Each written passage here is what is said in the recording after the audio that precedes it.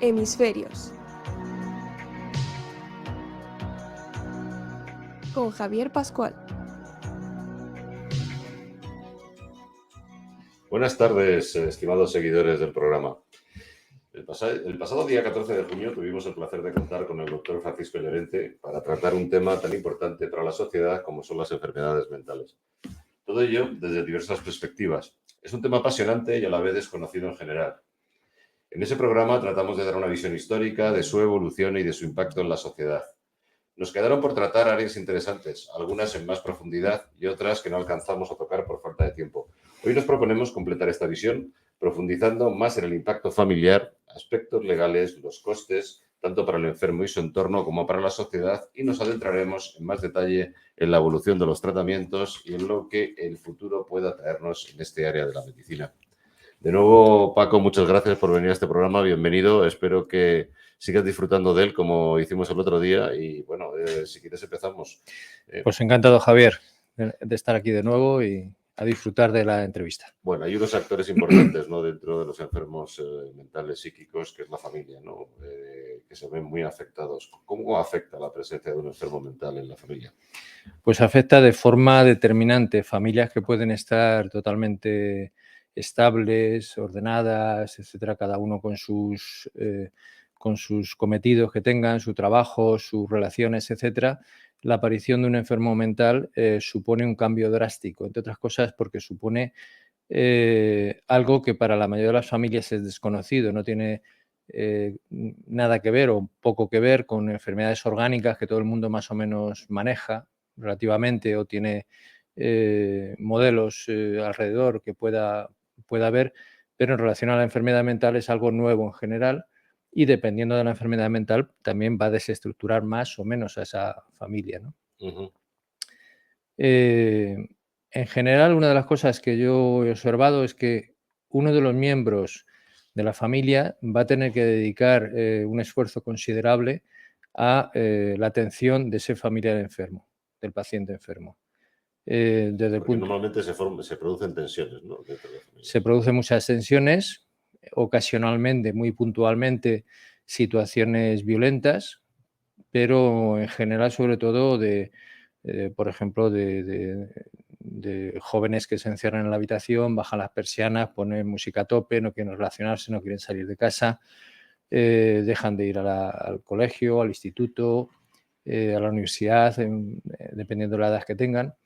Y eso supone un trauma, frustraciones en cuanto a perspectivas que tuvieran sobre ese joven o esa joven, y que supone un cambio radical de lo que la familia en ese momento tuviera previsto y tienen que dedicar, sobre todo, el tema de dedicación a ese enfermo supone bueno, pues que los padres, por ejemplo, tengan que cogerse bajas en el trabajo para poder atenderle, vigilar que se toma medicación cuando ya está en tratamiento, promover ingresos hospitalarios, etcétera, ¿no? Sí, porque tú me decías, además, lo importante, ¿no? Porque una persona hoy en día podemos decir que con la medicación actual y los tratamientos, siempre y cuando siga sus tratamientos, va a ser una persona más o menos integrable, ¿no?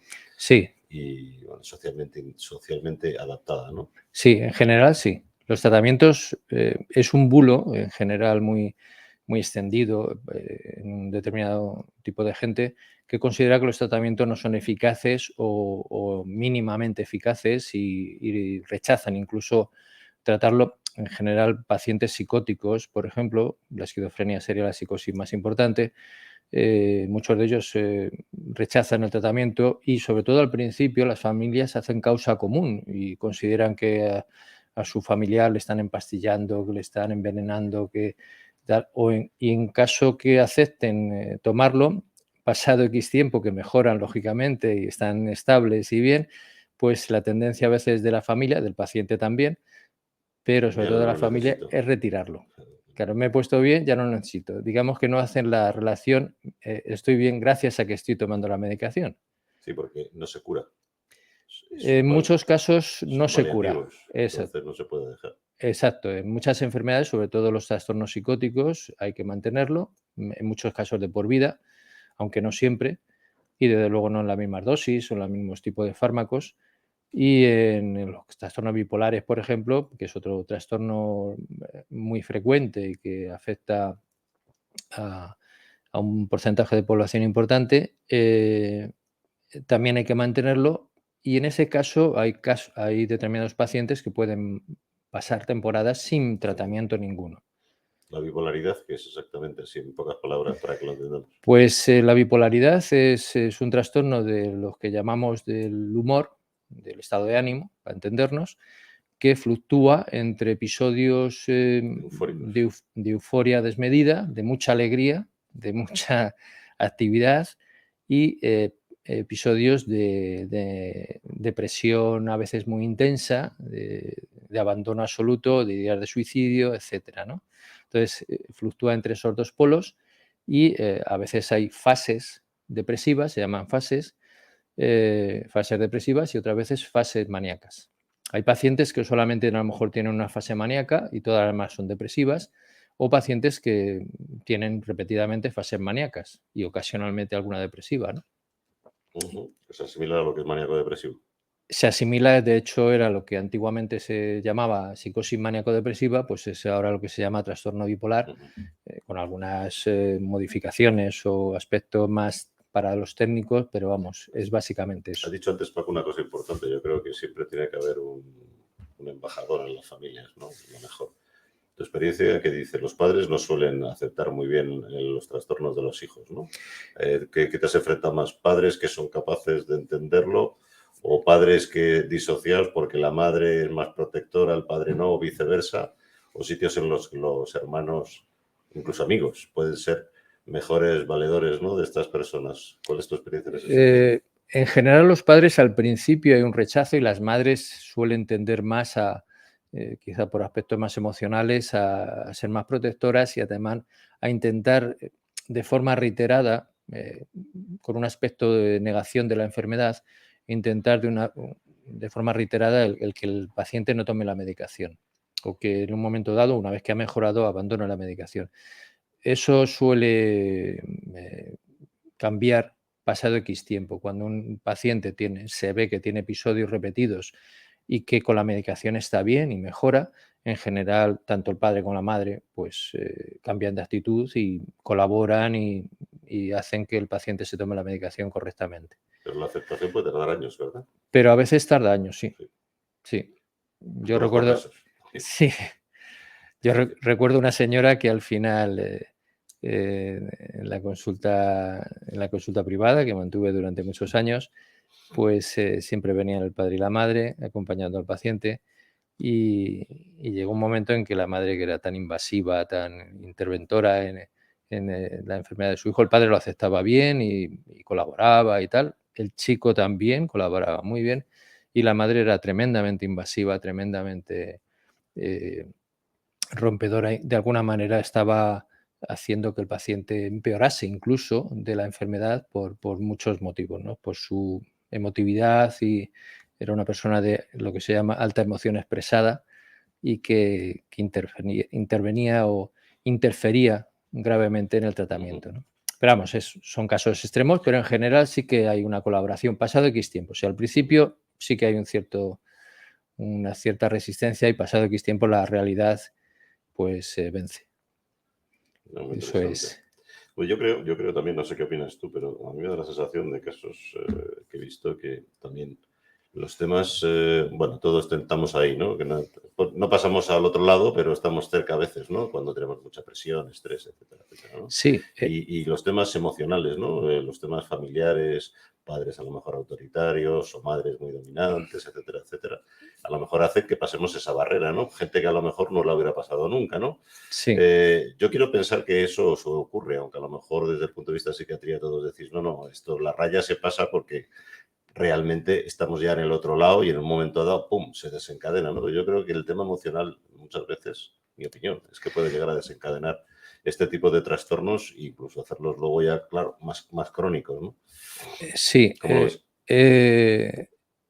Digamos que hay como dos tipos dentro de las enfermedades mentales hay como dos tipos. Unas que son con una base genética, una base que se dan en cualquier tipo de familia estructurada, desestructurada, en cualquier condición, en cualquier país. En general es muy democrática la enfermedad y afecta a todas las razas, a todas las sociedades, a todas las culturas de forma similar. Y son esas enfermedades que tienen una base genética, una base orgánica intensa.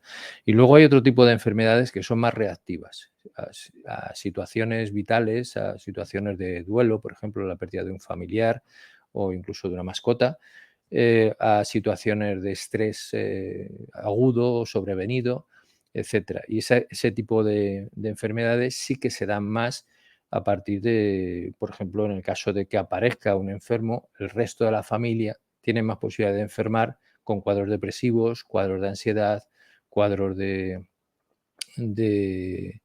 digamos, de desesperación o de desesperanza global sobre la vida, etcétera, ¿no?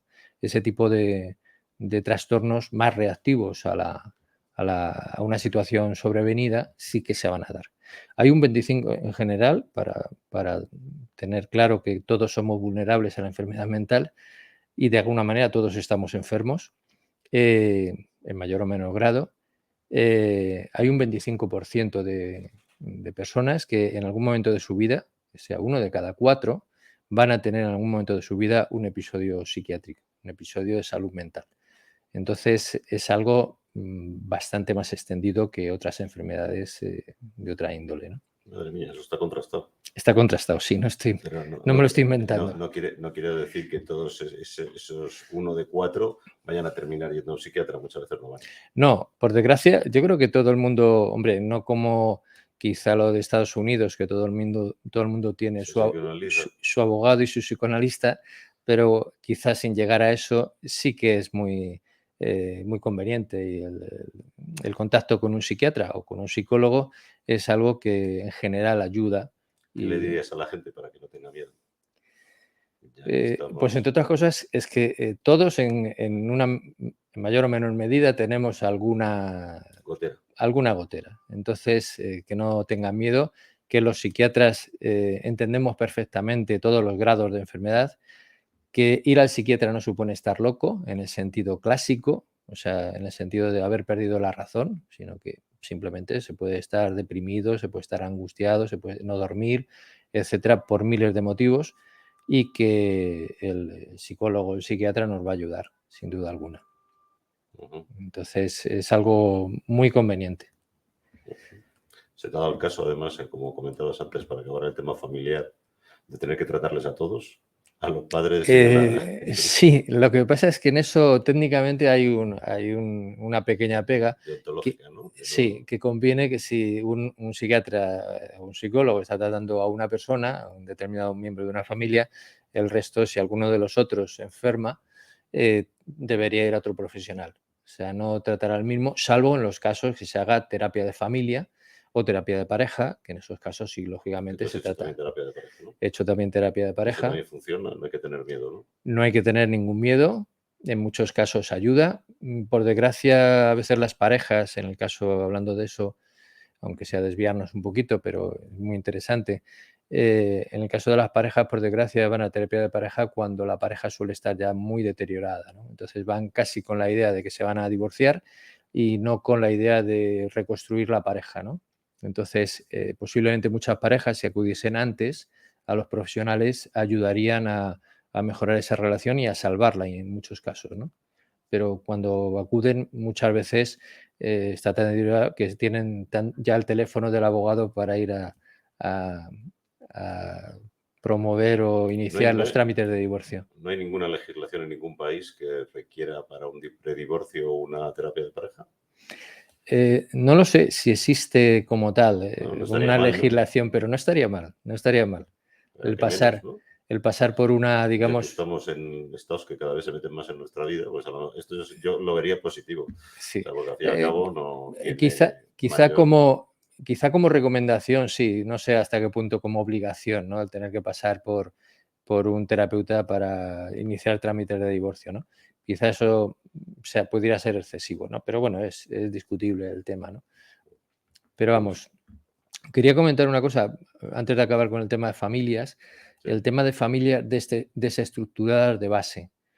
porque hemos hablado cuando aparece un enfermo mental en una familia estructurada, digamos, estándar, normal, etcétera. Con más o menos miembros, padre, madre, 2, 4, 6 hijos, los hijos que sean. Una familia estructurada que aparece un enfermo y supone un cataclismo, ¿no?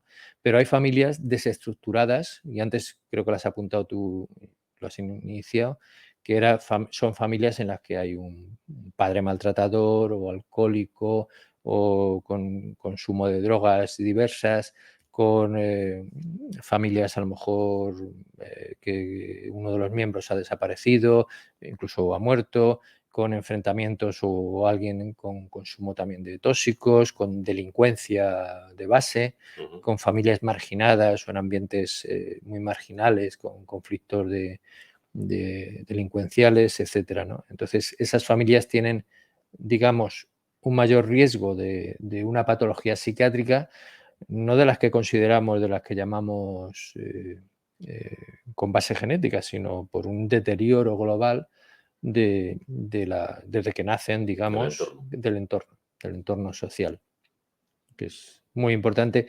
Y ahí entraría la prevención, que la prevención habría que aplicarla con elementos de tipo social, con elementos socioeconómicos, etcétera, evitando guetos, evitando situaciones en las que los niños desde que nacen tienen una situación de vulnerabilidad a veces muy, muy grave, ¿no?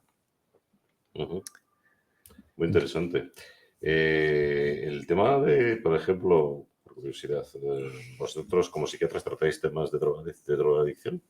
Sí, lo tratamos. Está dentro de vuestro campo, porque claro, las drogas al final terminan creando de forma artificial, pero por incidencia no terminan deteriorando la capacidad cognitiva y bueno, y todas las funciones psíquicas y físicas, ¿no? Porque también alteran físicamente.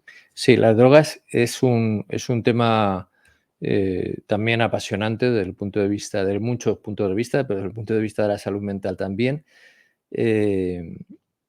Hay en la sociedad una especie de dicotomía, de amor-odio con relación a las drogas que ha existido siempre en todas las sociedades. Casi todas las sociedades han consumido desde tiempos prehistóricos algún tipo de droga. Y, por ejemplo, en Occidente está muy aceptado el alcohol, que es una droga muy dura, no se diferencia en cuanto a los efectos, la gravedad que tiene sobre drogas, digamos, ilegales. Digamos, en Occidente tenemos el alcohol y en el mundo musulmán, por ejemplo, pues los derivados del cannabis, y en Oriente en su momento fueron sobre todo el opio, etcétera, ¿no? O sea, cada sociedad ha tenido sus drogas de uso. La cocaína está muy extendida, por ejemplo, en ámbitos incluso de los llamados yuppies, de los brokers, etcétera. Y es una droga, también en el mundo de los artistas, etcétera, es una droga muy grave, ¿no?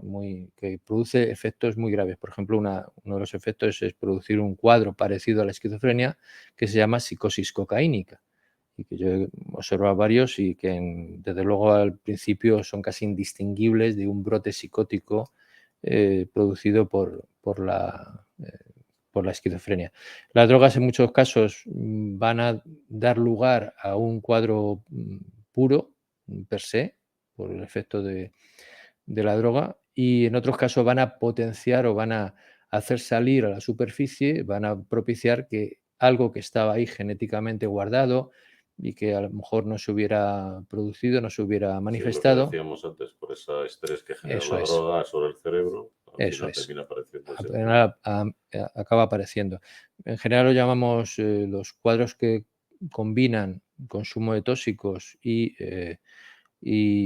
enfermedad mental, son lo que llamamos enfermedades duales, trastornos duales, y que tienen un tratamiento concreto específico, y en general lo tratan más unidades específicas de drogas. El alcohol quizá lo tratamos más los psiquiatras, aunque tratemos otros temas. Y los que son puramente de drogas, puramente de adictivos, de adicción, de dependencia de una sustancia, lo tratan más unidades específicas, concretamente los CAI, los CAD, que son centros de atención a drogodependencia. Interesante, escuchándote la verdad y viendo esto que dices tú de las drogas, ¿no? Lo que decíamos antes, de las emociones, las influencias emocionales de los padres y tal.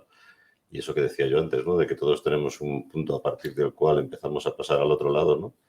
Yo creo que todos tenemos que ser conscientes, estás de acuerdo conmigo, en que en cualquier momento nosotros, drogas, lo que sea, estrés, etcétera, etcétera, situaciones de estrés, podemos tener la necesidad de acudir a un médico o a un psiquiatra que nos explique por lo menos qué nos está pasando, porque nuestro cerebro al final no es perfecto, está aquí, pero mañana puede estar allí o puede pasar a otro sitio, ¿no? Porque estamos siempre en ese equilibrio, ¿no? Es una máquina que no es que sea, no quiero asustar a nadie de que mañana se vaya a levantar y esté completamente bipolar, pero sí es una máquina que, claro, que con el estrés, etcétera, etcétera, puede tener desviaciones, ¿no? Y vosotros entiendo que como psiquiatras sois los especialistas en esa máquina, dentro de lo que os permite lo que conocemos del cerebro, ¿no? Sí. Pero luego hablamos de tratamientos, pero que, en fin, que tenemos que tener, primero, esa precaución y segundo, esa sensación de que no es tan importante el ir a un psiquiatra cuando uno siente que estamos sobrepasando esa línea, ¿no? O a cualquier duda que tengamos de que las cosas no van como siempre, ¿no? Exactamente. Y en relación a la prevención, en relación, por ejemplo, al consumo de droga, una de las maneras de prevenir cualquier patología psiquiátrica es no consumir drogas, ningún tipo de droga, ¿no? La droga es directamente dañina para el cerebro, el alcohol sin duda, el cannabis que está muy extendido, los porros, Todo afecta. que afecta y Bueno, yo conozco afectan gente con hachís y porros que terminan mal. y acaban muy mal, Terminan muy mal. sí. El Es mal tetrahidrocannabinol se deposita en las neuronas, tarda muchísimo en salir de ahí y sin duda alguna... He visto gente así que cuando menos sí. con gente con trastornos del tipo este que hablamos de, que conoces tú muy bien, de ataques de pánico, de ansiedad, etcétera, etcétera. Esto es inmediato, vamos. Sí, La gente que consume un poquito de esto enseguida empieza a tener este tipo de episodios. Lo pueden tener que por el son consumo. muy desagradables. Sí, lo pueden tener por el consumo, lo pueden tener por la falta en un momento dado que bajan el consumo o quieren quitarse, porque a veces intentan Y no nos vamos a quitárselo. meter con el tabaco, pero por ahí anda también. Y el tabaco también. El tabaco lo que pasa es que no afecta tanto quizá al funcionamiento cerebral puro, Pero esa es la adicción al final. pero es una adicción. La nicotina es una de las sustancias más adictivas, tremendamente adictiva. Y incluso, y bueno, ya es un clásico lo de decir, una gotita de nicotina nos puede matar. Si tomáramos una gotita de nicotina, pasa que, bueno, cada cigarrillo tiene una proporción menor y no llega a matarnos directamente. Interesante. Te voy a hacer una pregunta que puedes contestarme o no, pero que a mí siempre me resulta chocante y no sé si preocupante. Hemos dicho que, bueno, lo normal es que cuando uno tiene problemas que pueden ser a lo mejor identificados bien por un psiquiatra, evidentemente va al médico de familia, es lo primero que va. Los médicos de familia yo he visto que recetan antidepresivos. Pueden recetar también lo típico, los orfidales para dormir, etcétera. Estamos hablando de gente que a lo mejor está un poco deprimida, gente que a lo mejor no duerme bien, etcétera. ¿Están preparadas la medicina primaria para tomar ese tipo de decisiones? Si quieres, no me contestes. No. Sí, Yo no me quiero meter con la medicina primaria. Lo que creo que es un tema muy complicado y a veces me ha sorprendido con qué facilidad la medicina familiar da este tipo de productos, ¿no? Porque a lo mejor deberían de filtrar un poco más y, bueno, y desviar, ¿no? a especialistas que puedan identificar otro tipo de problemas. No sé. No, yo creo que ahí entraría también el tema de recursos y utilización correcta de los recursos disponibles, etcétera. En general, el médico de familia está perfectamente preparado para tratar cualquier patología, digamos, menor del ámbito psiquiátrico, ¿no? O para luego, posteriormente, una vez que ha pasado, a lo mejor ha sido derivado a psiquiatría y ha sido diagnosticado e iniciado un tratamiento para dar continuación a ese tratamiento. En algunos casos, algún médico de familia puede pecar de atrevido y decir, bueno, pues yo trato un trastorno bipolar, una esquizofrenia, un trastorno obsesivo grave, etcétera, pero en general no es así. En general los médicos de familia están muy bien preparados. Y nos derivarán a un psiquiatra cuando ellos vean que el tema se les escapa. Claro. Incluso hay un montón de patologías psiquiátricas encubiertas. Y entonces ese tipo de patologías encubiertas que se manifiestan a veces físicamente, la depresión, hay un aspecto que es la somatización, y esa somatización los médicos de familia pueden estar incluso más acostumbrados a verlo y perfectamente cualificados para poderlo tratar, mandando antidepresivos, ansiolíticos o cualquier tipo de medicamentos que manejen medianamente. Y cuando no lo manejan, yo creo que son prudentes y lo derivan al psiquiatra para iniciar el tratamiento y luego ellos a lo mejor darle continuidad. Ujú. Muy bien, Paco, pues si quieres, hemos cubierto la parte de familia y dejamos ya para la segunda parte hablar de los temas legales y los tratamientos, ¿te parece? Me parece muy bien. Muy Muchas bien, gracias. pues entramos en publicidad. A veces tomas la decisión correcta y a veces haces que la decisión sea correcta. Decisión Radio, la radio sin complejos. ¿Qué quieres? Te has portado genial. Pero si no me han hecho nada de daño. ¿Entonces qué quieres? Un bocadillo de chorizo con pan normal. Antes no podía, pero ahora me lo comeré a bocados. En Dentin Odontólogos tratamos cada problema bucodental de forma individualizada. 100.000 tratamientos diferentes son nuestro aval. Colaboramos con sociedades médicas 91 578 1311 o dentin.es. Dentin y feliz sonrisa. La noche más divertida está en Caro Club, calle Génova 28. Diferentes sesiones de miércoles a domingo y sesión de tardeo con música en directo de jueves a sábado desde las 5 de la tarde. Toda la programación y las reservas VIP en www.caroclub.com.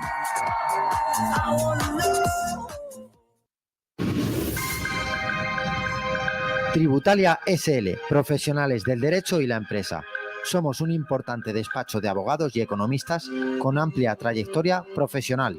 Especialistas en derecho mercantil, civil, laboral y asesoramiento tributario. Nos avalan más de 25 años de experiencia asesorando y solucionando problemas a empresas y a particulares. Tributalia SL, profesionales del derecho y la empresa. Estamos en Madrid, calle Joaquín María López, número 44. Llámenos y compruebe cómo podemos ayudarle en el teléfono 91 549 7849. Tributalia. En nuestro Madrid, tú sí estás invitado. Estamos invitados. Estoy invitado. Estoy invitado. Por eso te pido el voto el próximo 28 de mayo. Porque Madrid da para todos y todas. Este 28 de mayo, vota Juan Lobato, Partido Socialista. ¿Tu sueño es servir y proteger a los demás? Haz de tu vocación una profesión y conviértete en policía local, policía nacional o vigilante de seguridad estudiando en Academia Levantina. Llevamos más de 20 años preparando a los agentes del futuro. Ahora, además, con clases online fácilmente adaptables a tus necesidades. Solicita más información llamando al 96 35 15 600 o visita nuestra web www.levantina.net.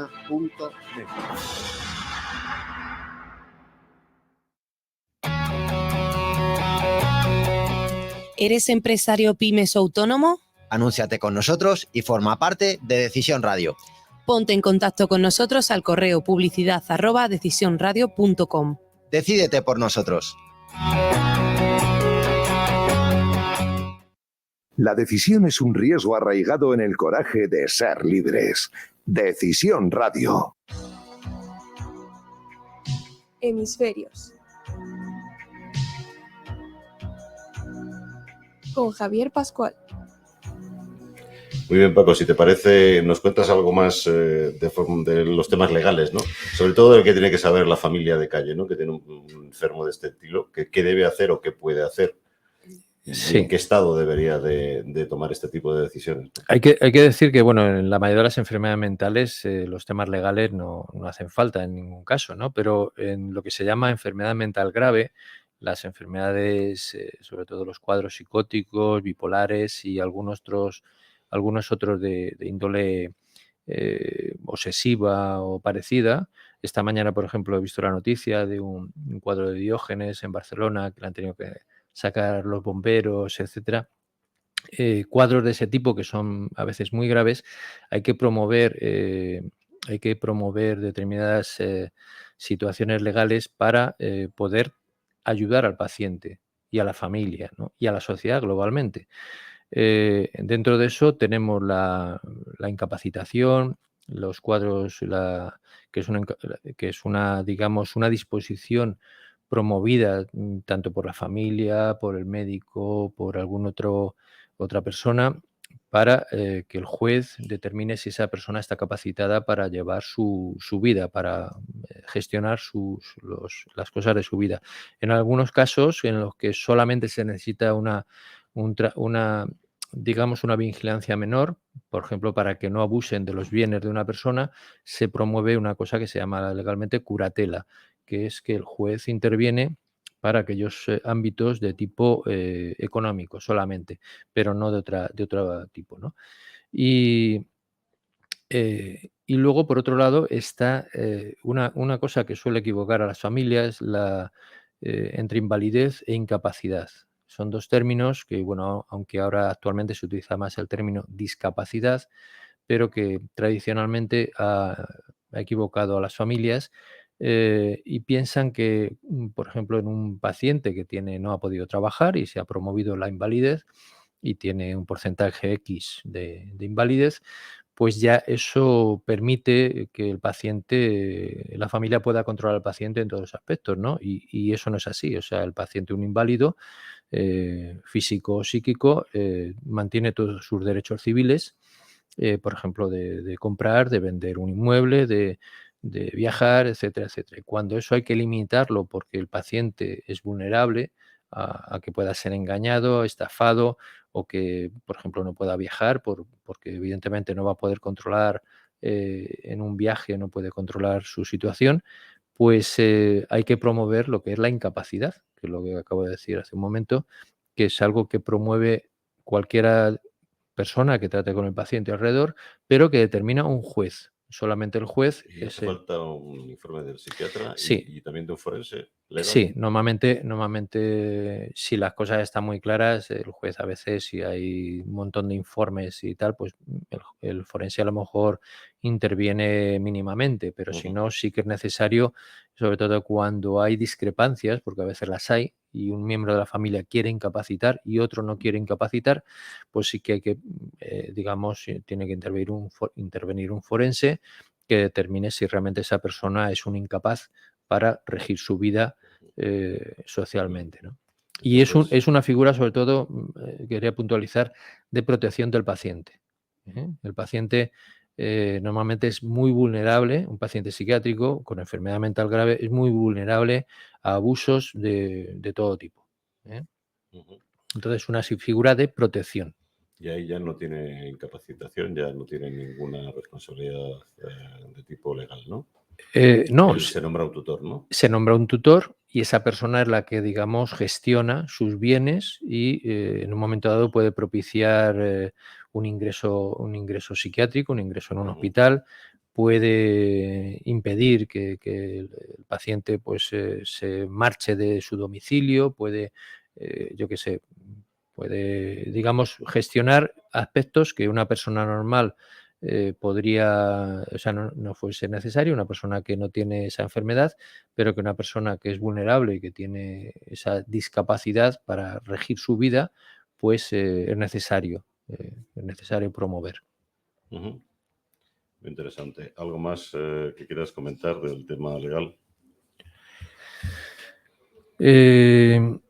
Quizá otro aspecto interesante es el consentimiento informado, que es algo que se realiza para determinados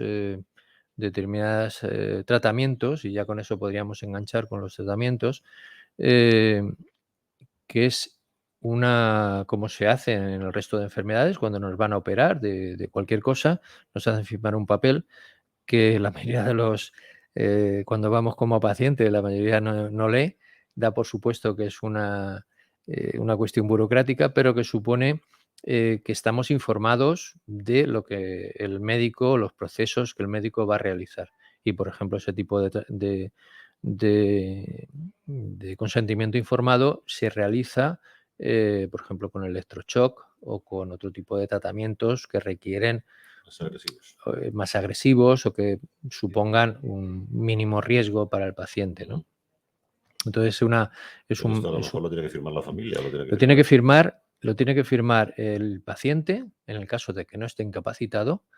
Supone, por otro lado, aparte de asumir una parte de los riesgos que suponga ese tratamiento, supone también que acepta el someterse a ese tratamiento, que eso es muy importante. Acepta someterse a ese tratamiento y no es algo que ningún otro miembro de la familia pueda negar. Y en el caso que el paciente esté incapacitado, ahí entraría lo que hemos comentado anteriormente del tutor. El tutor es el que tiene que firmar ese consentimiento informado. Parece que pasemos a los tratamientos, entonces. Perfectamente, sí. Porque ha cambiado mucho, ¿no?, en los últimos años.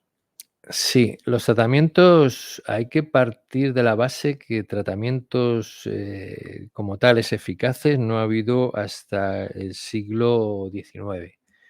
Sí, anteriormente, por supuesto, se utilizaban hierbas, se utilizaban encierro, los enfermos, como dije en la anterior entrevista, estaban encadenados hasta que Pinel los liberó de alguna manera simbólicamente y de facto. Y no existían tratamientos como tales, o sea, duchas frías, las sillas giratorias, etcétera, etcétera. Tratamientos que no tenían ningún valor, nada más que se intentaban cosas. Digamos que la sociedad en cada momento intentaba cosas. Prueba y error. Prueba y error, sí. Una cosa empírica totalmente y intentando que funcionara algo. A partir del siglo XIX sí que es verdad, en 1860, por ejemplo, aparece la morfina y se empieza a utilizar la morfina en los cuadros de agitación, de violencia, de riesgos de alguna manera. Y ese quizá a mediados del siglo XIX es un poco el comienzo de los tratamientos farmacológicos medianamente eficaces. También, la morfina fue el primer tranquilizante. Sí, de alguna manera la morfina, claro, es conocida hace muchísimos años y siglos incluso, y quizá se sabía sus efectos, lógicamente, y se empezó a utilizar primero como inyecciones subcutáneas y se veía que los pacientes pues mejoraban, o sea, no mejoraban de la enfermedad de fondo, pero sí se limitaba la agresividad. Los efectos colaterales, ¿no? Los efectos que se notaban exteriormente. Exacto. Y a raíz de ahí pues surgieron fármacos como el bromuro de potasio, la escopolamina y a principios, en 1903 concretamente el barbital, los barbitúricos. El barbital, el fenobarbital, etcétera, empezaron a surgir. Los barbitúricos quizá fueron un salto cualitativo ya mayor sobre los anteriores y eran fármacos muy eficaces, pero tampoco controlaban la enfermedad de fondo, eran básicamente tranquilizantes, pero eran bastante tóxicos y se abusaba de las dosis y de hecho se ha especulado muchas veces que si Marilyn Monroe y otros personajes pues han podido fallecer por ingesta de barbitúricos, etcétera, ¿no? Eran fármacos peligrosos en cuanto a que de muy factible riesgo si se abusaba de dosis, ¿no? Pero el barbitúrico per se es un tranquilizante. Pero sí, básicamente es un tranquilizante. No, la enfermedad de fondo no la va a controlar. Tenemos que avanzar hasta los años 20 del siglo pasado, cuando la insulina, que todo el mundo sabe para lo que se utiliza actualmente, La diabetes. Para la diabetes. No se produce. Claro, entonces la insulina supuso el uso por un psiquiatra, por Sackel, un neurólogo en aquella época, utilizar la insulina como tratamiento psiquiátrico. En los años 30 ya. Inicialmente se utilizó para la diabetes, pero luego ya tuvo un uso posterior. Eso ha sucedido muchas veces en medicina, con fármacos que inicialmente se diseñan para una finalidad que luego se ve que surten efecto en otra enfermedad. Simplemente observando el efecto del fármaco. Luego comentaré otro. Entonces la insulina se empieza a utilizar en los en los enfermos, sobre todo enfermos psicóticos y enfermos graves, y se hacen, digamos, se propician comas insulínicos y que luego se revertían dándole, digamos, glucosa a chorro, ¿no?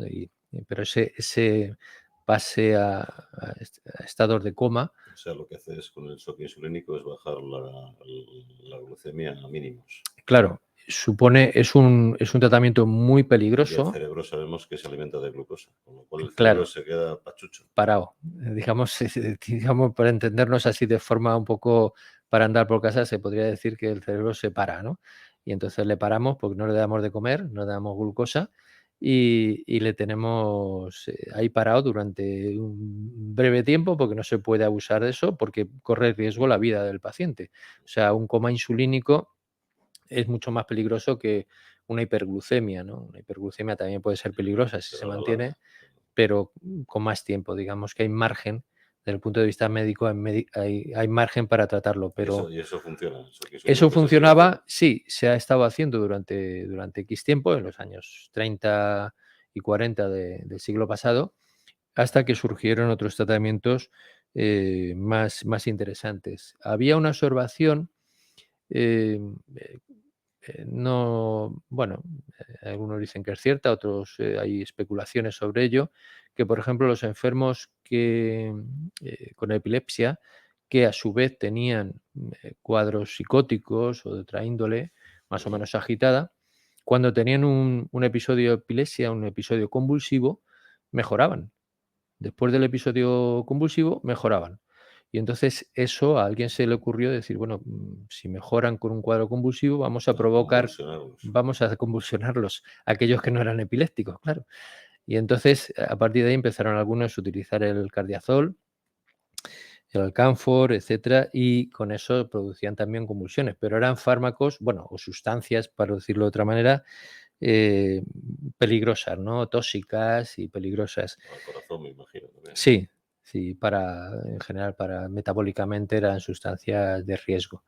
Y luego, hasta que dos italianos, Cerletti y Vini, en los años 30, también, un poco después, en los años 1938, pues decidieron utilizar la electricidad para producir cuadros convulsivos.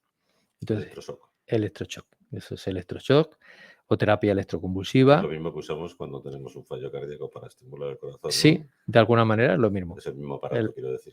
No es el mismo aparato. No, No.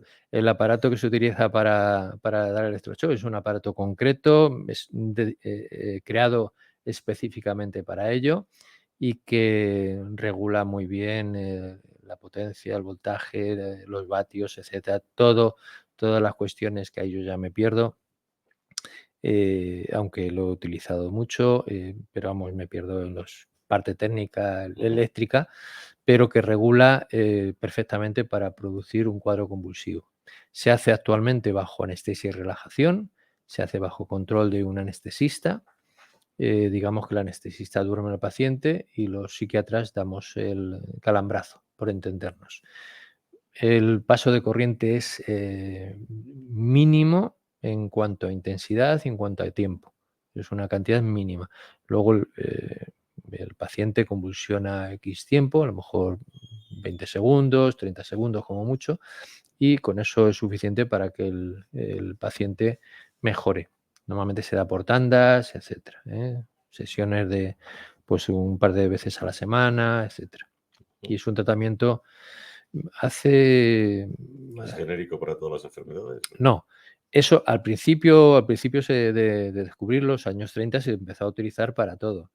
Y luego se ha visto que solamente es útil para determinadas patologías, por ejemplo, los trastornos bipolares. No es útil en la esquizofrenia. Y tampoco en otro tipo de trastornos como las fobias, las obsesiones, etcétera. Para depresiones inhibidas, a veces muy graves o con riesgo de suicidio, sí puede ser útil. Y para el riesgo de suicidio en sí mismo, cuando no funciona otra cosa y se ve que hay un riesgo importante, también está indicado. Pero tiene sus indicaciones, no se utiliza para todo, ni mucho menos. Es un tratamiento, bueno, no sé si extenderme más en esto, pero vamos, muy... Pasa al siguiente si quieres. Muy... Veo que tienes muchos. Bueno, por decir, creo que es un tratamiento muy controvertido. Hay gente que se opone totalmente. Yo recuerdo que en mis inicios consideraba que era un tratamiento brutal, un tratamiento un poco fuera de tono. Los medios de comunicación, las películas como Alguien voló sobre el nido del cuco y otras películas, pues también han contribuido a verlo de una manera como muy agresiva, pero hay que decir que es un tratamiento muy eficaz y que aplicado correctamente ayuda a muchísimos pacientes. Por cierto, en Estados Unidos se aplicaba, no sé ahora exactamente, creo, pero bueno, hace unos años se aplicaba bastante más que en Europa y, entre otras cosas, los enfermos salen adelante más rápido en muchas patologías, por lo cual las aseguradoras norteamericanas eran más propicias a que se utilizara electroshock que otro tipo de tratamientos. ¿Qué más cosas en cuanto a tratamientos? En los años ya 50 del siglo pasado empiezan a aparecer fármacos, lo que se llaman fármacos psicotropos, que con ese nombre lo define ya algún autor norteamericano, y es el comienzo un poco de los antipsicóticos y de los antidepresivos, digamos, modernos, con muchas modificaciones, muchas variantes. La farmacopea ha ido variando a lo largo de los años, pero añadiendo cada vez fármacos más eficaces y mejor tolerados, sobre todo esta segunda parte, mejor tolerados, con menos efectos secundarios, porque al principio eran eficaces, pero digamos que con efectos secundarios importantes también. Entonces se han ido, digamos, purificando moléculas cada vez más, como mínimo, igual de eficaces y con menos toxicidad, menos problemas que otros. Hay un caso curioso, por ejemplo, con la isoniazida, que es un antituberculoso. Eso engancho con lo que he dicho antes, que hay fármacos que se diseñan para una cosa y luego se ve que sirven para otra. Cuando se estaba utilizando la isoniazida para tratar la tuberculosis, se vio que determinados tuberculosos estaban muy contentos. Y entonces se empezó a pensar que ese fármaco podía servir para la depresión. Y de hecho fueron uno de los grupos, se crearon a partir de esos fármacos, se crearon uno de los grupos más importantes de tratamiento de los antidepresivos, que actualmente casi no se utilizan, pero que en su momento fueron muy importantes, ¿no? Y fue a raíz de ese descubrimiento, un poco casual, un poco como el descubrimiento del café, de las cabras que estaban comiéndose determinados arbustos ahí que estaban todas muy activas, ¿no? Ajá, no lo sabía. Sí, creo, no sé en qué país de Oriente Medio descubrió las cabras que estaban pastando, estaban comiéndose los granos de café y estaban súper activas y tal. Ese fue un poco el descubrimiento del café también. Entonces esto también es un poco parecido en ese sentido de descubrir que un fármaco que servía para la tuberculosis pues se utiliza como antidepresivo. Vamos a ir concluyendo porque nos va comiendo el tiempo, nos quedan como 6 minutos. En tratamientos, ¿cómo quieres concluir? En tratamientos, diría que hay ahora mismo una farmacopea muy amplia, aparte de tratamientos físicos, y hay una serie de tratamientos innovadores. A ver, quería mirarlo porque tengo aquí una anotación breve. Sí. Que están algunos en fase experimental y otros en fase ya más desarrollada. Pero, por ejemplo, la magnetoterapia, que es un tratamiento a base de, por imanes, para entendernos de una forma así muy... Parecido a las resonancias para vernos por dentro. Eso es, pero en este caso como tratamiento, ¿no? Pues durante determinado tiempo, aplicado a un hemisferio, a otro hemisferio, etcétera. Pues bueno, eso es una cosa que ¿Eso está disponible, no? Eso es de futuro. Es de futuro. Se está utilizando en algunos sitios, pero como proyectos o planes enfocados a a sacar resultados, a ver qué resultados obtienen y tal. Existen otros también, como la neuromodulación, neuroestimulación, el implante de electrodos, etcétera. Todo ese tipo de tratamiento, el implante de electrodos, que sobre todo en determinadas enfermedades neurológicas se ha empezado a utilizar por los neurocirujanos y que es muy útil para determinadas enfermedades neurológicas. Y en psiquiatría, con determinadas patologías, también se puede utilizar. Y bueno, hay muchos otros. Los tratamientos con fiebre, esos se utilizaron hace muchos años y actualmente no se utilizan, pero también fue un tratamiento experimental en su momento que antes se me ha olvidado comentar. Hay otros muchos, pero bueno, ese sí era interesante. Pero vamos, básicamente serían los nuevos, serían la neuromodulación y neuroestimulación serían los más interesantes. Es curioso porque la fiebre normalmente, cuando las fiebres son muy altas, además el cerebro empieza a funcionar mal, ¿no? Claro. A partir de cierta temperatura, ¿no? Sí, sí. Es muy sensible. Sí, pero en su momento se utilizó lo que se llamaba malarioterapia, o sea, producir malaria para crear un estado de fiebre muy intensa y que de alguna manera cambiara determinadas cosas a nivel cerebral, ¿no? Pero bueno, esa época ya está muy de modé, digamos. O sea que como conclusión los tratamientos van a ser cada vez más selectivos. Sí. Y bueno, y llegando ya más, intentando llegar más a la raíz del problema, ¿no? Con electrodos, etcétera, etcétera. Sí, el cerebro es un órgano compacto, al cual es difícil, por ejemplo, la neurocirugía, pues tiene el hándicap de eso, de que cuando intentas penetrar X centímetros en el cerebro, estás dañando neuronas que hay alrededor o que por las que pasan, ¿no? No cabe la posibilidad de abrir y separar, ¿no? Y entonces es un hándicap, entonces hay que intentar por otros medios, como son este tipo de cosas de magnetoterapia, neuroestimulación o electrodos, etcétera, para conseguir efectos que en zonas concretas del cerebro, porque al fin y al cabo la patología está en determinadas zonas cerebrales con elementos y se actúa sobre esas zonas con elementos físicos o con elementos químicos para conseguir un resultado. Muy bien, Paco. Pues casi la última pregunta. ¿Se puede prevenir la enfermedad mental? Se puede prevenir las que tienen origen genético, quizá haya que dejárselo a los genetistas en un momento dado cambiando determinados genes que se está haciendo para otras enfermedades, seguramente se llegará a conseguir que cuando hay una... ¿Se han identificado ya genes que Sí. afectan esquizofrenia? Sí, ¿no? la última vez que lo leía había 20 y tantos genes identificados. Cáncer ya se tienen identificados. Sí, se tienen identificados X genes, en el trastorno bipolar también y en otras enfermedades también. Incluso se habla del alcoholismo, que pudiera haber genes involucrados en que una persona se haga alcohólico y otras no tanto, o no les afecte tanto, o unas con mucho menos alcohol llegan al alcoholismo, quizá porque haya algunos genes predisponentes. Curioso. Entonces, ese tipo de enfermedades se podrán prevenir en el futuro casi con toda seguridad.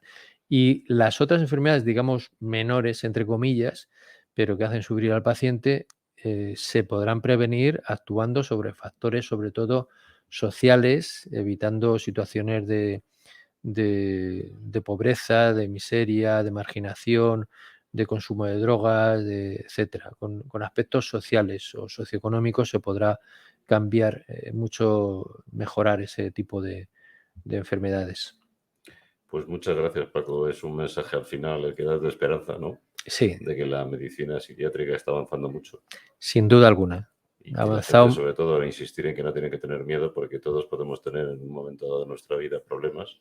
Sí. Y que seguramente van a ser como las de miles de personas, que además, como tú has dicho, hay uno de cuatro. Uno de cada cuatro. Que somos raros, ¿no? Uno de cada cuatro van o vamos a tener una enfermedad mental. Lo importante de los tratamientos.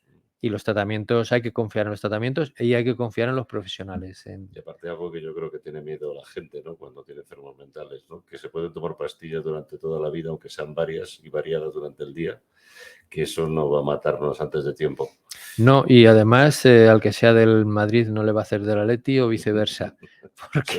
Porque hay veces que que piensa, algunas personas que van al psiquiatra piensan que si le das una pastilla le va a cambiar su forma de ser, de pensar, etcétera, y para nada, por supuesto, nada. Entonces yo lo suelo decir de forma así un poco cómica, pero que es muy gráfica en ese sentido, ¿no? Muy bien, Paco, pues muchísimas gracias por haber venido al programa otra vez. Espero que hayas disfrutado y que nuestros oyentes Encantado, hayan aprendido encantado. bastante sobre esta enfermedad que, como tú dices, puede afectar a muchas personas. Pues muchas gracias, Javier, por la invitación y espero que nos podamos encontrar en otro momento. Muchas gracias. Hemisferios.